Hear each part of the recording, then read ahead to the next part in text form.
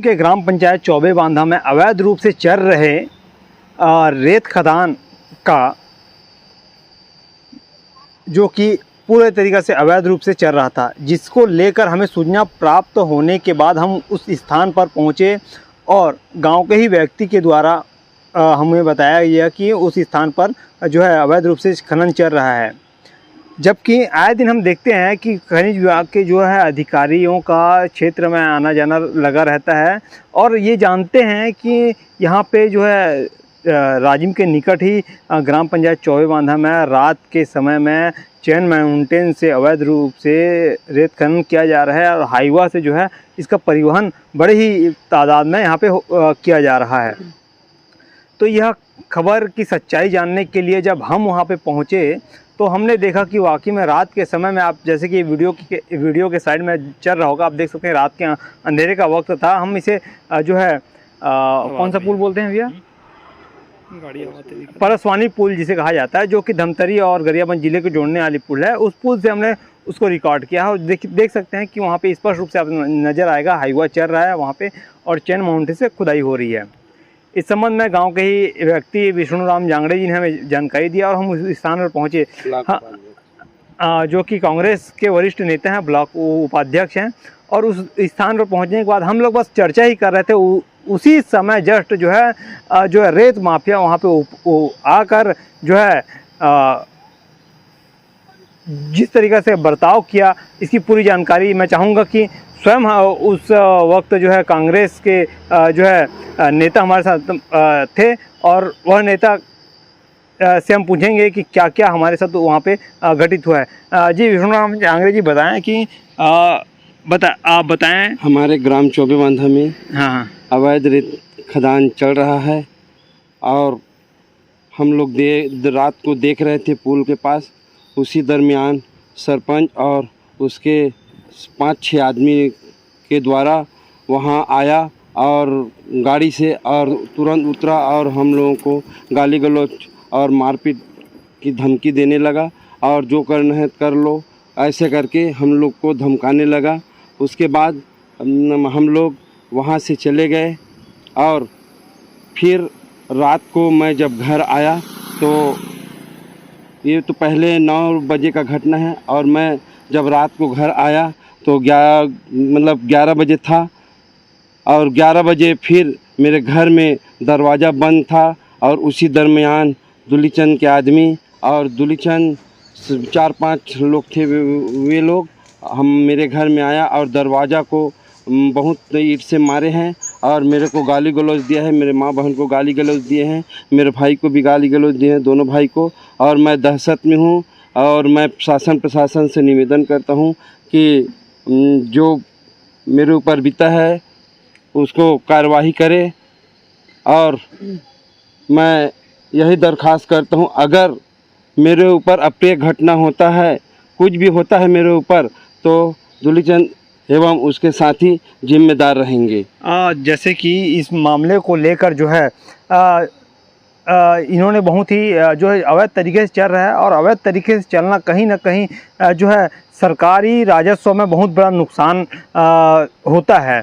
ये बात जो है प्रशासनिक लोग और जनप्रतिनिधि भी जानते हैं, इसीलिए इन्होंने जो है उसे रोक लगाने के लिए और उसे मीडिया में लाने के लिए हमको अवगत कराया था। हम उस स्थान पर पहुंचे थे और उस स्थान पर जो है रेत माफियाओं के द्वारा भैया के साथ में और हमारे साथ में जिस प्रकार से अभद्र व्यवहार किया गया, यह बहुत ही निंदाजनक है। और ऐसे लोगों के ऊपर जो है मैं चाहता हूं कि कड़ी से कड़ी कार्रवाई होनी चाहिए।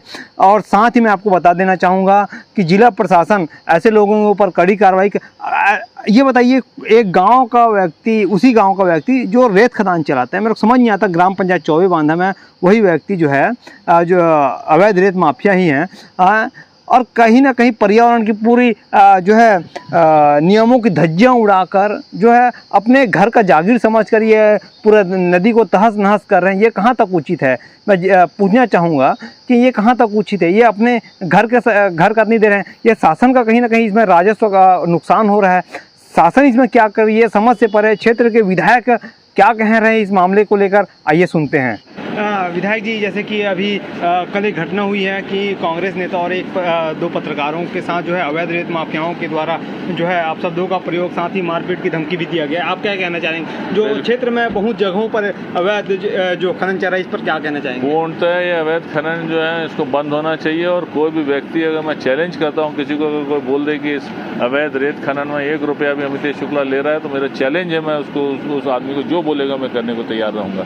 कि निश्चित रूप से अवैध खनन बहुत गलत हो रहा है और पूरे रेत जो माफिया है उसको तत्काल अवैध खनन को बंद जो है अधिकारियों को करना चाहिए। जी, क्या उचित कार्रवाई हो सकती है सर? बिल्कुल उचित कार्रवाई करना चाहिए।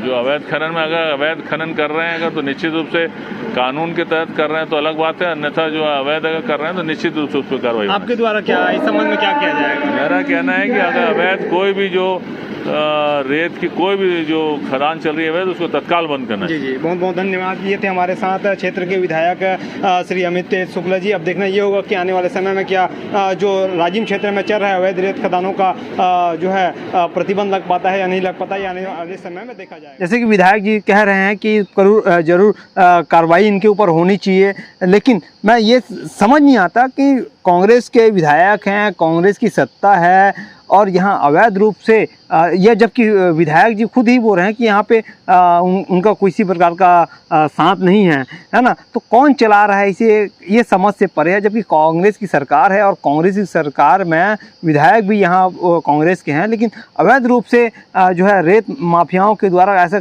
किसका उन लोगों को संरक्षण प्राप्त है, यह समझ से परे है। और इस पर जो है प्रशासनिक कार्रवाई उचित ढंग से नहीं हो पाना। और आपको मैं बता दूं कि जहाँ पे जो है अवैध रेत खनन हो रहा है, रात में सैकड़ों की संख्या में वहाँ पे हाईवा की गाड़ी लगी हुई रहती है और साथ ही सुबह होने पर जो बीच में चलने वाली चैन माउंटेन है वह धमतरी सीमा पर आकर रुक जाती है। आपने इस संबंध में विधायक जी से अवगत कराने के बाद भी उन्होंने क्या कहा? मैं विधायक जी को अवगत करवाए हूँ इस बात को और वे आश्वासन दिया है मेरे को कि विष्णु जी आपका काम होगा। और मैं टीआई को साहब को फ़ोन करूँ, टीआई जी को फ़ोन करूँगा, ऐसे करके मेरे को आश्वासन दिया है। और मैं अभी भी दहशत में हूँ, डरे सहमे में हूँ। मैं अभी भी बोल रहा हूँ, शासन प्रशासन से निवेदन कर रहा हूँ कि मेरे ऊपर जो अप्रिय घटना हुआ है वे अशोभनीय है, निंदनीय है। और मैं शासन प्रशासन से निवेदन करता हूं कि ऐसा घटना ना हो, इसलिए मैं शासन प्रशासन को अवगत करवा। साथ ही आपको बता दूं कि क्षेत्र के जो विधायक हैं माननीय श्री अमितेश शुक्ला जी और छत्तीसगढ़ के मुख्यमंत्री भूपेश बघेल से अनुरोध करना चाहूँगा कि ऐसे रेत माफियाओं के खिलाफ कठोर से कठोर कार्रवाई की जाए। और जांगड़े जी ये बताएं कि आपने इस संबंध में क्या कहीं शिकायत वगैरह की है, क्या किया है, थोड़ा बताएंगे? हाँ, इसी नाम से मैं डरे सहमे हूँ, इसी कारण मेरे ऊपर अप्रिय घटना ना बीते, इसी कारण मैं थाने में FIR करवाए हूँ।